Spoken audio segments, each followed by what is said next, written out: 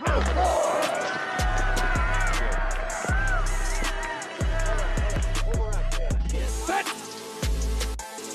4, 3, 1.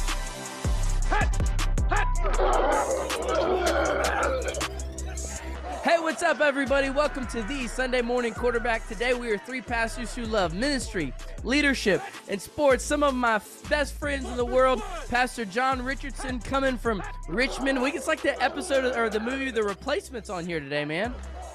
An upgrade. Absolutely botched my hometown. Adam Denny is from Richmond. Oh, I'm from sorry. Roanoke, man. So See, it's we're okay, having to work man. on this. You haven't seen Adam in a while, so it's easy to make that slip. I know Paul, exactly where he's at too. He's Paul, over there. tell us about that sign you got behind you there.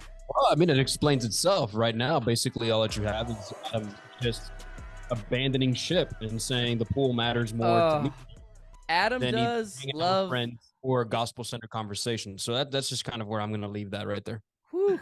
Man, he loves that pool. He's probably getting his tan right now. My apologies, John. Just Virginia, Rainbow, It's okay. they all Same thing. kind of Commonwealth. too many R's. But man, it's great to see you. We got a fun little stash of questions today.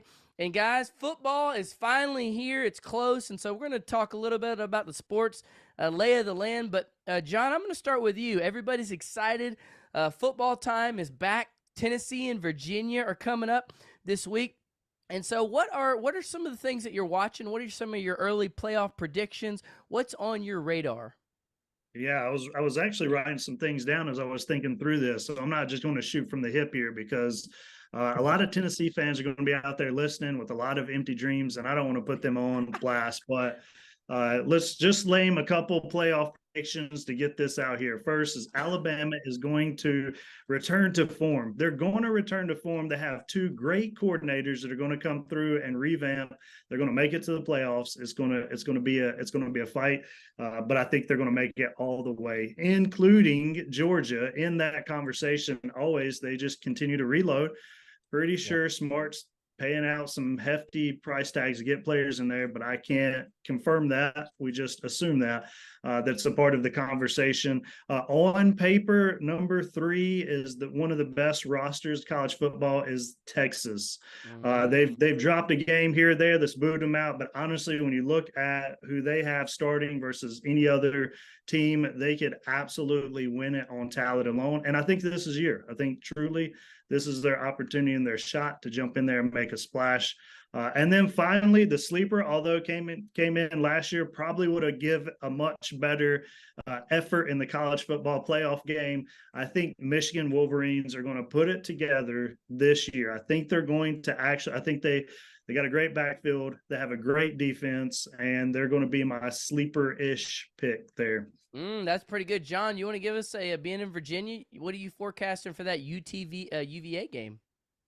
I think UVA is gonna have to just be in that rebuild mode this year. Obviously, they're coming up against a pretty good opponent, but I have to be careful here because I have church members that are diehard fans, and so we're going UVA all the way. Nice.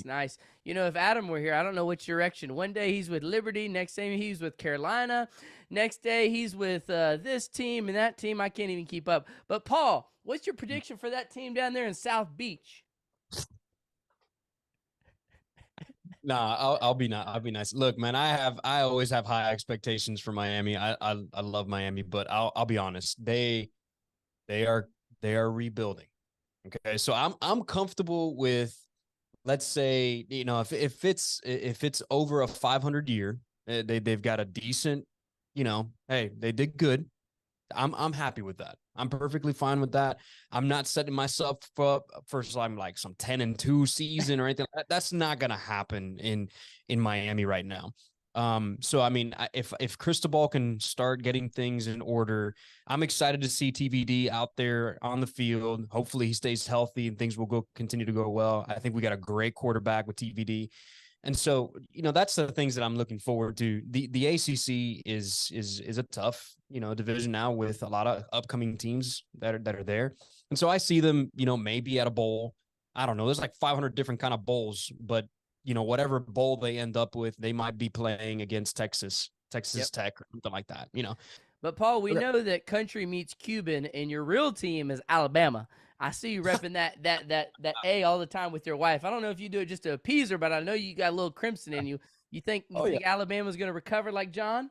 I think so. I think, listen, you can't sleep on Saban. There's no way that guy's just gonna sit down and say, nah, I'm gonna be fine. I'm not gonna do any homework. No, the guy's a winner. He wants to win. He wants to go out there. But I will say, man, like Georgia is tough. Now, for us to think, and I'm literally in the buckle of Georgia over here with all these Georgia Bulldog fans. And I'll tell you, the last thing I need is a three-peat. That's not, and that's probably worse than Tennessee fans, to be quite honest. But it's one of those things that you can't help but to look, and they are a dangerous team. Like, they've got people they've picked up, got receivers that they have. Like, they have a stud offense. Like, there's no other way around that. So we'll see how Alabama does. But if I had to go and say, hey, here's some playoff predictions, I think Michigan is a sleeper. We got to look out for them. Texas has been coming, and they've been rebuilding for a while, so that's true. Ohio State is no joke. You can't leave them out of the way, too. Ohio State they've got some studs up there. So if I had to say, I don't know, it's a toss-up between Alabama and Georgia, but for sure, if I had to include some teams in there, Alabama, Texas, Ohio State, Michigan, and Georgia. I mean, those are all contenders, I think, for the playoffs this year. If I had to pick early predictions of who's going to be in there. Anyway, I think, honestly, given your situation, if I were you, I'd wager, right? Like, who has the best record at the end of the year, Georgia or Tennessee? You guys have a campus or a church located in Tennessee, Chattanooga, Tennessee. You have another one located there in Ringgold, Georgia. I would put it on the line. Whichever team comes out with the best record, all the members of the church goes to that location for that Sunday. I'd throw it across the staff. I'd put it out there. See how many fans are willing to put it on there. Well, let me tell you, it's going to be Georgia, okay? Because Georgia has the biggest cakewalk of a schedule. Oh, my goodness. Every year, they don't play anybody tough out of conference. I hate to say it, Georgia fans, you're going to be in the you're going to be in the SEC championship. You'll be in the Final Four because you don't play anybody. But wait till Oklahoma and Texas come on over to the SEC. Georgia's got a new quarterback, so you really never know how that's going to land. John, I pretty much agree with you. I'd say definitely Georgia, Alabama. I think Ohio State. I don't think Ryan Day is going to lose 2 years in a row to Harbaugh, but that one's a toss-up. And then my sleeper is USC. Caleb Williams, Heisman. If they can just tweak that defense up a little bit, they're not super far. A lot of teams are leaving their conference. So those are my four, but just kind of a run-through of some of the teams we talked about. Georgia's got a cakewalk. They're going to be there. Here's the game to watch. Week 2, Alabama versus Texas. Arch Manning, what are you made of? Do you want to be your uncle? Do you want to be the next heir apparent? Go into Tuscaloosa and beat Alabama, which Georgia fans, Alabama is putting their money where their mouth is. They're playing Texas week 2. They played them last year. It was a great game. It came down to the wire. Sam Ehlinger would almost beat him if his shoulder wouldn't have got hurt. So I'm going to be watching that. Tennessee got a new quarterback, Joe Milton. I got Tennessee going 9-3 this year. They play Georgia. They play Bama. I think they might lose one, like Texas A&M. I mean, if Texas A&M doesn't recover this year, Jimbo's going to be out of a job. So I think Tennessee's going to lose a toss-up game, a game that they were favored to win. But still, 9-3 is not bad. I really like their coach. He's a good one. Another team is Oklahoma. Brent Venables came in from Clemson. He's a defensive guy, and their defense got shellacked. So can they recover as they get ready for to come back to the SEC? Drake May, John, your boy in North Carolina. I want to see what he's going to be a top 2 pick. So can they get over the Clemson hump? Can Clemson rebound? A lot of interesting storylines going into college football season. So I'm definitely going to be watching. Yeah, I am. I didn't mention it in the playoff. I don't think they make the playoff because I don't think their defense has yet sorted out the issues, but their offense is going to be spectacular again. And I think maybe they lose 2 games through the year. One of those will be to Clemson somewhere along the way. But I think by and large, it's going to be quite the turnaround, and he's going to go either 1 or 2. I'm putting him at 1. I would too, because, man, he's got a big body and he's a tall quarterback, and so that'll be fun to watch.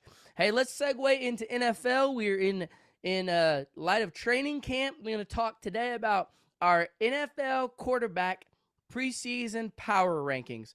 Now, Paul, you can give us some good commentary. John, I'm going to let you give us your list first, and then I'll go after you. All right. Well, I'm going to go ahead and disappoint there. There is no Dak Prescott on my list. We're Amen. talking about the top 10. Yeah, I'm not delusional here. Don't get me wrong. I think he falls just outside the top 10. Let's get that out of the way. The three have to be set on everybody's list. If they're not, then they're just wrong. You got Patrick, you got Burrows, you got Allen. Those are top three without a doubt. They've proved it over and over again. The calf injury is not going to be an issue because we know that guy's going to push back through. And then I have an interesting one at Hebert. I think he comes through. They've added some receivers. I think he's going to have the breakout year. You guys are going to see something incredible. Addition to him is the second year coach there at Jacksonville. I think Trevor Lawrence is going to continue to ascend. He had a great year last year. And now that he's got an actual coach and not one that's wilding out on the weekends, we can finally start to see his potential match what is going down the pipe. And then I think Lamar, I think Jackson's going to he's got a good turnaround here. Finally got the deal locked in. I know he's injury prone, but there is not another person that I would be afraid to stop on a fourth down and goal in all of the NFL. I think he's just got that ability. Hurts is going to continue to do well. There's no reason he can't come back and have another stellar year. I think on my list, he's just a couple plays away from really doing something incredible last year. Finally, the last three are toss up. I could go really far. This is where Dak, the argument for Dak's going to come in, I'm sure. But I think Watson comes back. I think he comes back. He jumps in. He's been a Pro Bowler 4 out of the 5 years he played. So I know he had a long layoff. I know there'll be some rust, but I think we can at least put him in the top 10.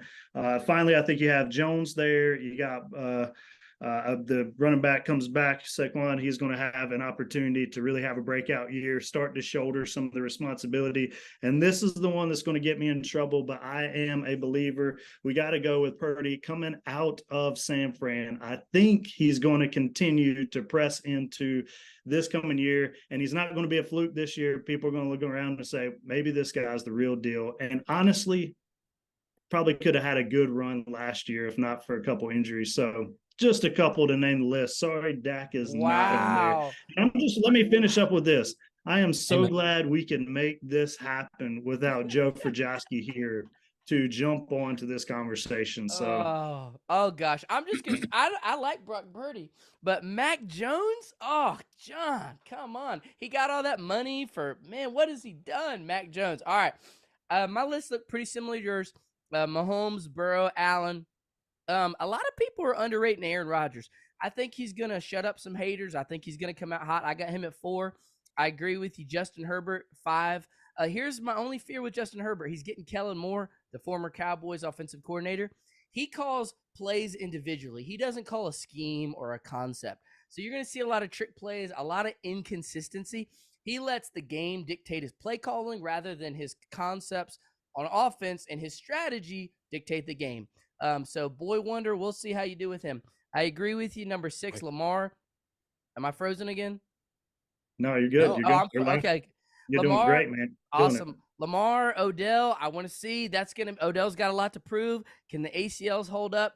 That was a tough one. Him or Trevor Lawrence, but he's an MVP, so I'll give him the lean there. I go Trevor Lawrence at 7. He needs to keep on ascending. By the end of the year, he should be in the top 5. Jalen Hurts, 8, right there at 8. He's had more success on the field, but obviously we all think his ceiling's a little lower than Trevor Lawrence. John, here's where it gets me. I went into this list thinking unbiasedly Dak's not in the top 10.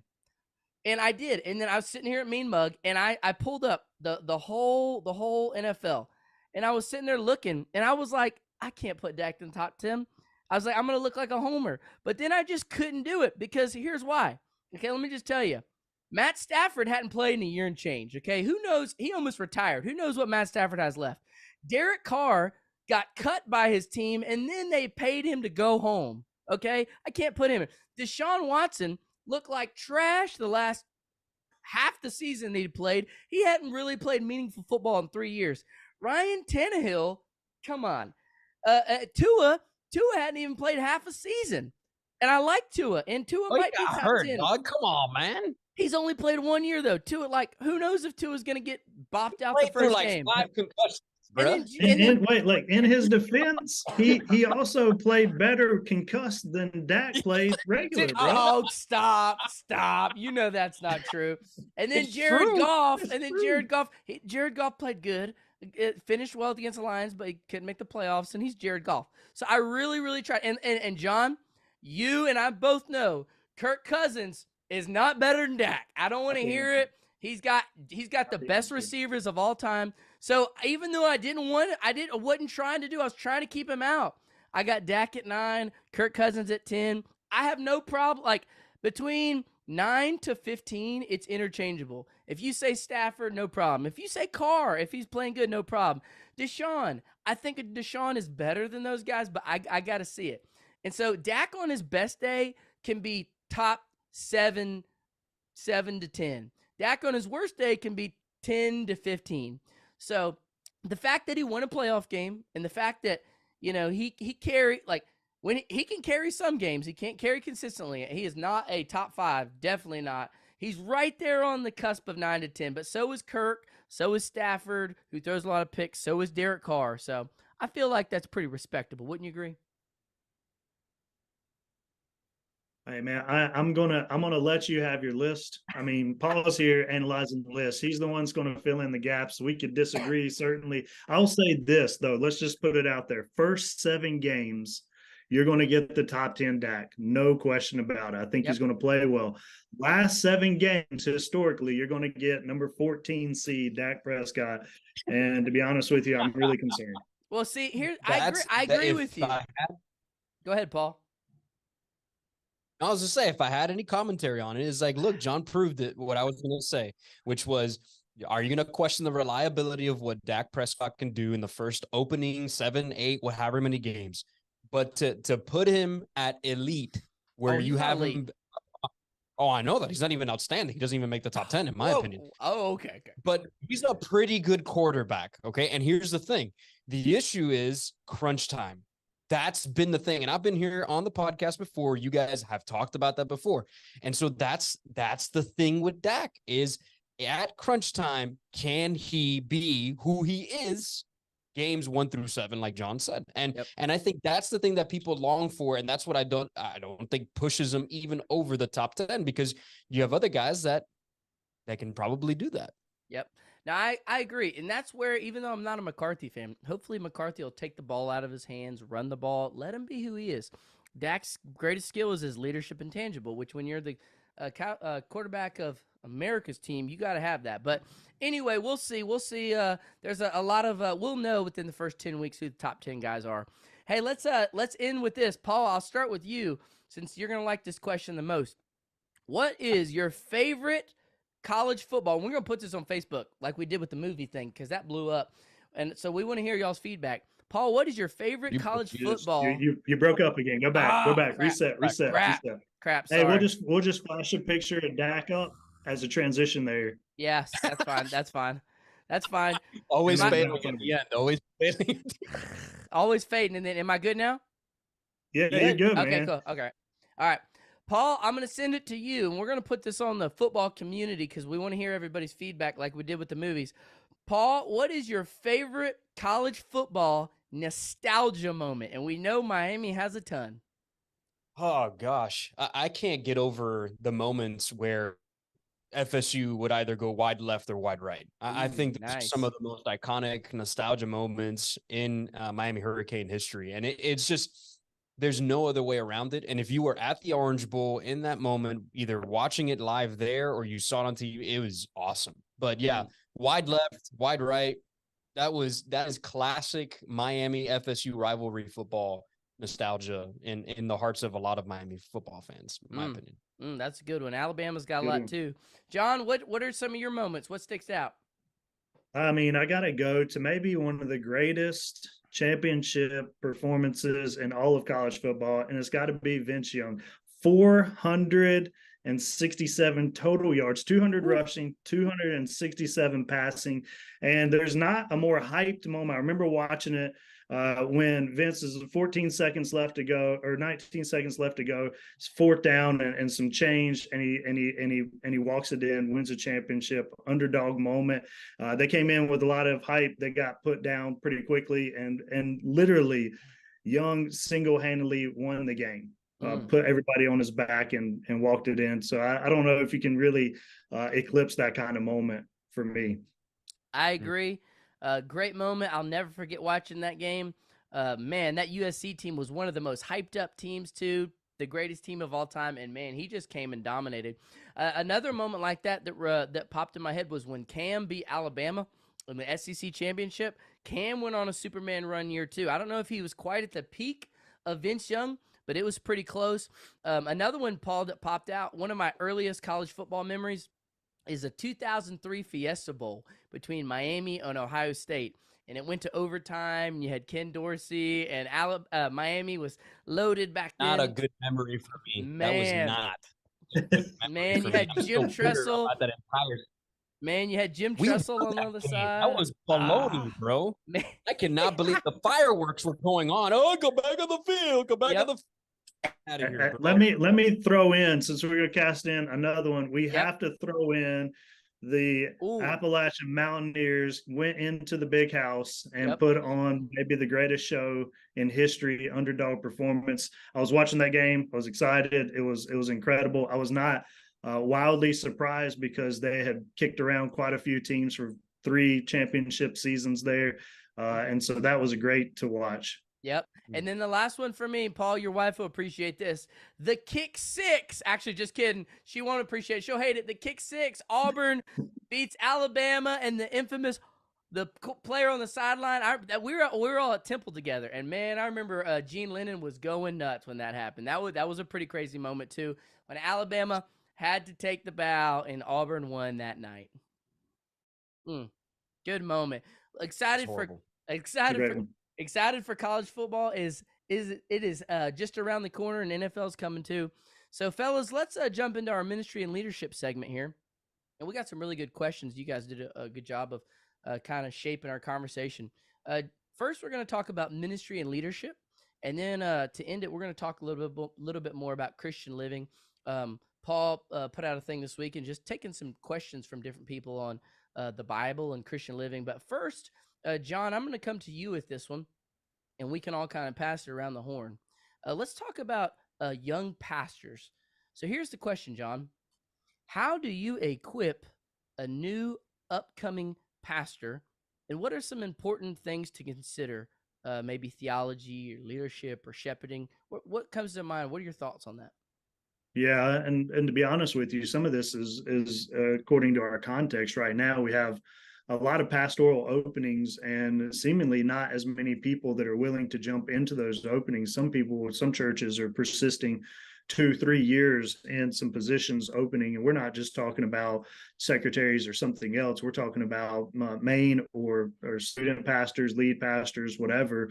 And so I think right now, given the context and the space we're at, usually there was a traditional route of someone growing up in the church, feeling a burden or aspiring to go into ministry. They'd go do some stuff, serve within the church, maybe even transition and go to a seminary somewhere or do some online work. And now you're starting to look around and honestly, there's going to have to be some lay leaders that are going to have to be raised up both in lay positions of eldership or paid position of eldership. So kind of thinking along that train, I think what the church needs to do, and particularly some of the pastors in there, is they're going to have to start creating a theological base, both systematic and biblical theology for their people. They can no longer just preach sermons and hope it gets caught. With some of these guys that they feel like are really being raised up, they're going to have to come in and intentionally teach them some of the content that they got in seminary, while also tracking through some of the leadership speed and changes and paces that we have running through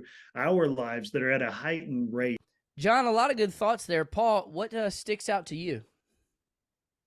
Yeah, no, I think everything John was saying is absolutely right and helpful, man. I mean, now that seminaries have given I've given students a chance to be able to learn online, and you have a lot of great material that's on there. I think that's good. I think if there are students that want to be able to do that, they should do it hand in hand with the church, because I think local church theological training is bar none the best theological practical education that you can ever get if you're going to be called to ministry, hands down. And anybody in seminary will be able to tell you that there's a place for there's things that need to be there for the benefit of students that are going to go in so they can concentrate and do that. But truth be told, like seminaries exist because churches fail. The primary job for the church is to theologically bring up in training and in practice those who are called to ministry. I mean, that's the job of the church. Now, again, I say that, but I'm not dismissing the great gift that are the seminaries that we have. I love our seminaries, and they do an absolutely phenomenal job. I am a benefactor of our Southern Baptist seminaries. I truly am, and I'm Oh, come on. Don't tell me my internet's going out again. that need to be done within the church, depending on where they're at, who you're raising up. And it really just comes down to making sure that there is an intentional pathway to how you can be able to train those individuals who are called to ministry. And like John mentioned, like there are things that are important for, a lot of young guys that are aspiring to be pastors to know and understand, but there's also the ground level granular stuff. Do you have a prayer life? Do you have a list of your people that that you're praying for on a regular basis?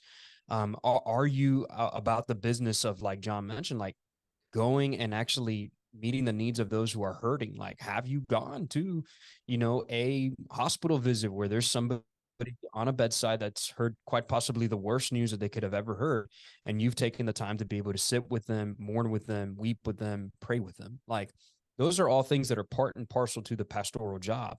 And I'll tell you, like, it's important to learn how to be able to like exegetically take something apart. And that's huge, because as the pulpit goes, the rest of the congregation goes. If you don't get the gospel right, you're not going to get anything else right within church. That is essential. At the same time, there are absolutely essential things that need to happen, when it comes to pastoral practices and what you need to be doing. I mean, we should be pastors that are praying for our people, executing shepherding skills to be able to meet certain needs within the people, lead other people. Like, all those things matter. And so for us at Brainerd, like, we have a residency, we have a partnership with Southeastern. I'm starting a practicum with a bunch of guys this semester with Bible Exposition 1, which Shaddix is going to do all of the teaching, and they're going to watch a lot of the video. But then I have seat time with them that I'll do in weekenders where they're going to craft sermons. They're going to get opportunities to be able to preach so that they can actually get not only the reps, but also the theological training that they need. And so when you can have a pathway that allows for both, that's important. And then broaden it to a lot of other things, right? I mean, there are things that we should be doing as pastors to equip those for the work of ministry, the saints for the work of ministry. And so how are we resourcing? And to your point, like Joseph, you're doing this weekend. Like, how are we resourcing life group leaders so that they can effectively know how to read God's word and teach God's word, right? That's huge. The same thing with our volunteers that are in kids ministry. How are we supporting them? How are we resourcing them so that they can be able to do their jobs effectively and well, love kids well, and then at the same time know how to teach the gospel to kids? Like, all of those things, I think, are on par for how to raise up leaders, equip leaders, and then just release them for ministry. Yeah, and I'll just jump in on the backside of that, because he was talking about Equip Center for the churches that maybe don't have that etched out pathway. You can still get some of your elders, some of those pastors, copy of a good copy of a systematic theology, and just go 30-40 pages at a time, having them write some thoughts and reflective ideas, begin to equip them with a way to kind of work through the grand narrative of scripture, while also healthy categories to be able to understand the character and the person and the presence of God. And so I think that'd be good. In our situation, we have lay elders in their 40s, 50s, 60s, and 70s. And those guys are not going to go to seminary. And so we just walk through a systematic theology together in our monthly meetings. And they produce papers synthesizing the information, connecting it to their practice. And then the church can be blessed because we can disseminate those papers out to the church body, and they can read it and reflect and go talk to that person. And so it's really helpful all the way around. That's good. I agree with both of what y'all said. I do feel like just coming out of the education field just recently, I do feel like in pastoral work, there's two distinct sides that are both absolutely necessary. I feel like the seminary side does really good for the theological training or the preaching. Um, and I'm not going to say it doesn't do good, but there's really no way to get the experience of the ministry side of doing a hospital visit without just cutting your teeth as a young pup in a church like each of us have done. And so you've got the theological preaching side and then the pastoral ministry side. I think a lot of guys have trouble balancing that out. A lot of them know how to preach. They love getting in the text. They love studying theology. And sometimes maybe due to their youth, they kind of neglect the ministry side, the visitation side. And I think that's equally as important. And so I just jotted down a few notes that popped in my mind. Creating a ministry philosophy based on serving, humility, and relationships. And each of you guys modeled that well. And so that's so important in the early days because you can have it all up here. But if you have soft hands and you're not willing to get in the trenches and the mud with some of your sheep, then your message isn't going to go very far. So that was one thing. Another thing is I think giving opportunity with positive coaching. And so this could be preaching opportunities. This could be just leading a group of people, leading an event, maybe leading a hospital visit and caring for a family, leading a discipleship journey with somebody maybe who's dealing with something, just giving them active coaching. I agree, hospital visits, there's value in that stuff. I think sending them down to like expanding their palate, sending them down to preaching kid church. Because if you can't effectively preach the gospel to kids in kid church, then you're not going to be able to effectively do it to students or to adults. And then just putting them in different spaces to kind of make them just adapt, I think. All these things, cutting their teeth. I love the concept of shaping young guys. I want to ask y'all a question here in a minute because there's two options that churches take. You can either get a young guy who you have to shape and walk through their formative years, or you can get a guy who's, you know, a professional or like a specialist in an area. And so churches say, which do I do? But I think exposing them to a wide variety of reading, preaching, ministry philosophy, and then also just on preaching side, having them preach through books that maybe they've never taught through. You know, some of the Old Testament books where they're really going to have to sink their teeth in stuff outside of the Gospels or the epistles. That was really formative for me in my theological understanding of the Bible, and then teaching those different narrative texts and things like that. So those are just a few things off the cuff. John, I want to start with you though with this question. What are your thoughts? You know, everybody's aware that there's a shortage of pastors, and I don't know about y'all, but I have really felt the burden to call out the concept that Shane Pruitt and some guys have talked about on our podcast and the book. But what are your thoughts as far as when churches should hire outside versus when they should hire inside and raise people up? Well, I think it's a testament both to the ministry DNA that you're trying to either perpetuate or change, right? Like, are we going down a path that's clearly slated, that everybody understands where we're going, and we're starting to see people who adopt that DNA and then begin to graft that into their typified path and begin to see that really blossom. And so really based on the need. Now, if you're looking for a change or you're a new guy, you may bring somebody in from the outside that will help have that same philosophy or mindset. I think for me, to really look at hiring, right now we have a youth pastor position open. I am more of the nature to hire somebody who's generally called to ministry and doesn't necessarily have to be called to student ministry. And why do I say that? One is because if they have a love for God, and then a love for people and a love for our church, then I know God can use them in a lot of different roles, and they may develop passion or zeal for a particular thing. But I also know that they have this calling and burden for our church and the church and for God. And that means if things change, they could be moved into a different role without going, well, I thought I was going to be a student pastor for the next 50 years. And there's only a handful of those guys, right? So we're talking about, so someone who has a generalist, right? They understand expositional preaching, they understand pastoral care, they have a great heart for being a healthy member within the church, they have a great love for visitation and seeing people, and you say, you're my guy, and now I want you to learn specifically how to shepherd students or parents or children or some of those other things, and apply yourself to there. I like that better than the specialist role personally, because I think God can develop that passion within that ministry over time, than trying to fit that guy into another role when they only have one passion, one zeal, and you don't have that open for them. Yeah, I agree. And I think a lot of times you see the specialist role, I guess, more in mega churches, which is the minority, because some of their ministries, their middle school ministry, might be bigger than most churches. And so that might be the contrast. Any thoughts on that, Paul, before we move on to the next topic?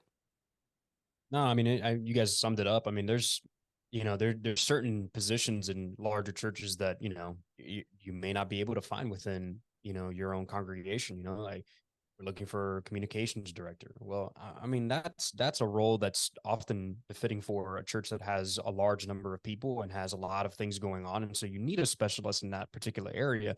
And so that's the nature of that role is just different. Now, if you get a chance to, man, like if you can have somebody on the inside as opposed to being able to look for someone on the outside. I mean, you have somebody they know the culture, they know the church, they love the church, they're there for a reason. You're practicing already what it means to bring people out of the congregation for the purpose of fulfilling ministry within that congregation. I mean, you can go on and on with a list of whys that would be immensely beneficial.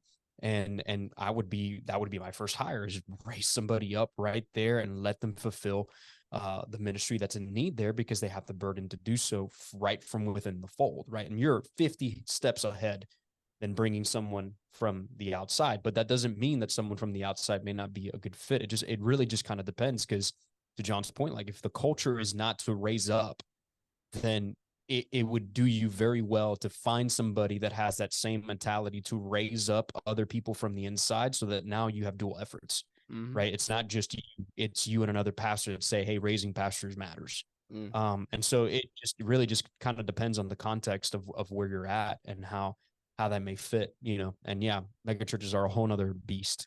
Yeah. No, that's good. That's good. Let's move on to our last two questions that we collected from our Christian community. And Paul, I'm going to start with you. This is a really good one. We can just kind of bounce it around here. Here's the question, Paul. If we are saved by grace, then why do we have to obey the Bible?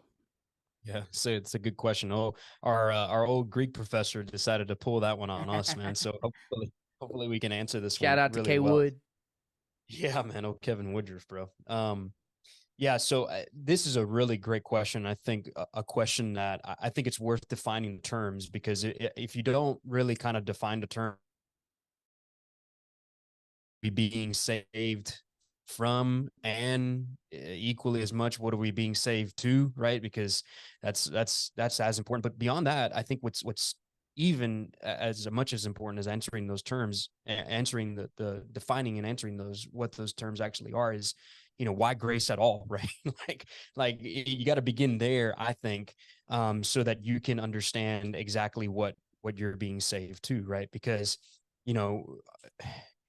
when you think about grace and when you think about why even at all, like when you know that costly redemption is as costly as it is in Jesus, when you know how much he died for us, and the great love that he has for people, and what I mean, when you know those things, the whole gamut of what costly redemption is, that is a very good teacher when it comes to helping you understand what you're being saved to, right? And grace doesn't just save you, it instructs you, it guides you along the way, it helps you, right? So for example, like if you take the life of Paul, who went from being a guy that was empowered by the religious elite day to be able to do whatever he wanted, however he wanted. They basically gave him a license to kill, because they knew that this guy had some pretty big murderous zeal in his heart to just dismantle anything and everything that had to do with Christianity, right? And we saw that in Stephen, right? Like, for a fact that Paul was behind. Fast forward when he's on the road to Damascus, and they've given him his license to do whatever he needs to do to basically stop this church. There is where he met Jesus. And here's the interesting thing. What did he deserve for what he did? I mean, he rightfully deserved wrath, and he rightfully deserved justice for what he did. He committed some egregious things, not only by what we see in the book of Acts with Stephen, but like in his life altogether. You have a rather prideful, self-righteous individual. All of those things are sinful before God, and it's deserving of his justice and of his wrath. But yet, what did God give him? Grace, right? And mind you, we can go into the whole details of how we reconcile justice and wrath and love and grace. Short answer, look to the cross and you can see that all mingle. But at the end of the day, what you find is an individual who bent the knee to Jesus because of the grace that was offered to him. And then from that day forward, Paul never got over the grace that was given to him, right? I mean, how many times do you read Paul there specifically talks about of God's grace that has now been unlocked for believers, right? And it's not like some care package that God sends down, right? Once in a while, here's what you get for the grind, right? Like, that's not how grace works. We're not just saved to get the Willy Wonka ticket to go to heaven. That's not what grace is. That's not what the gospel is. The gospel is where the whole reason behind the gospel is that you never had God before, and now you do have God. So that's the whole point behind us being given grace.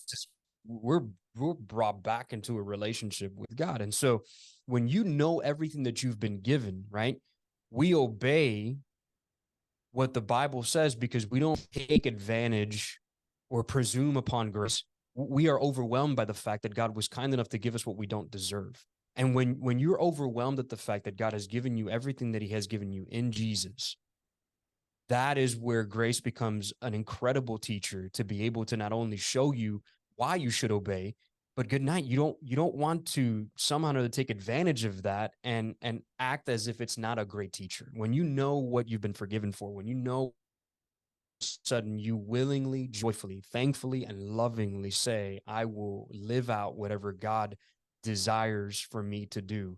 And if that doesn't happen, then this is why I began where I began, is because if you don't see grace that way, matched with obedience, then there's something deeply wrong with how we understand and know what grace is and what we've been given. When we see ourselves as Paul, then all of a sudden everything begins to change. And we say, you know what, if it weren't for the grace of God, I wouldn't be here. And if it weren't for the grace of God, I couldn't have a relationship with God. And so that's why we should obey. We have to obey because grace should overwhelm us, right? At the very fact that it's been given to us. That's good. Well, with my unstable Wi-Fi, John, you want to take us out I would on that? I'd like to just add on to that, I guess, for just a second. Yeah, go. One is, I think it's answered in the question, right? So it's not if we're saved by grace, but since we're saved by grace, where does obedience fall, right? Like, we are saved by grace, no doubt about that, which means we're not saved by obedience, which then wonders, well, what's obedience fit in? And if you just read across Ephesians 2, right, the first 10 verses, you begin to unpack the rationale behind the gracious salvation, and then the response of that, and not boasting, but obedience, right? Like, we're dead in our trespasses of sin. We know that, like, there's no way to bring our conditions, but God being rich in mercy because of the great love in which he loved us, calls us to live together with Christ Jesus. This is a work that he's done, which is not something that we've merited. And then Paul ends up with the phrasing that we were his workmanship, right? Created for good works that we should walk in them. So it gives you the disposition before salvation. You were children of wrath. You had the spirit of Satan. You were following the prince of the power of this world. All those things defined who you were. And then God redefined through regeneration, through salvation, who you truly are. You're a recipient of grace and mercy and love, but you're a recipient of those things because you're his greatest creation, and he's created you to carry out the works that he's intended and placed before you since before you were born, and your job is to walk in them. And like Paul was saying, if you understand grace properly, then you would understand where you are to where you're going and what has caused you to move there through the great gift of Jesus Christ. But also, it should also propel you to go, okay, you've changed my entire life. What do you want me to do? What can I do? Like, I can't pay you back. Good works are an opportunity to display your gospel to a lost and dying world and to glorify you in worship. And so those are the things that I would pursue in that conversation as well. What a powerful concept and picture to unpack. All right, guys. Well, I'm sorry Zoom has been unreliable today for us, but I'm frozen here, but you can hear me. Next week, we got Derwin Gray coming on, former NFL player and now current pastor. So super excited about that. Everybody have a great day. We'll see you later.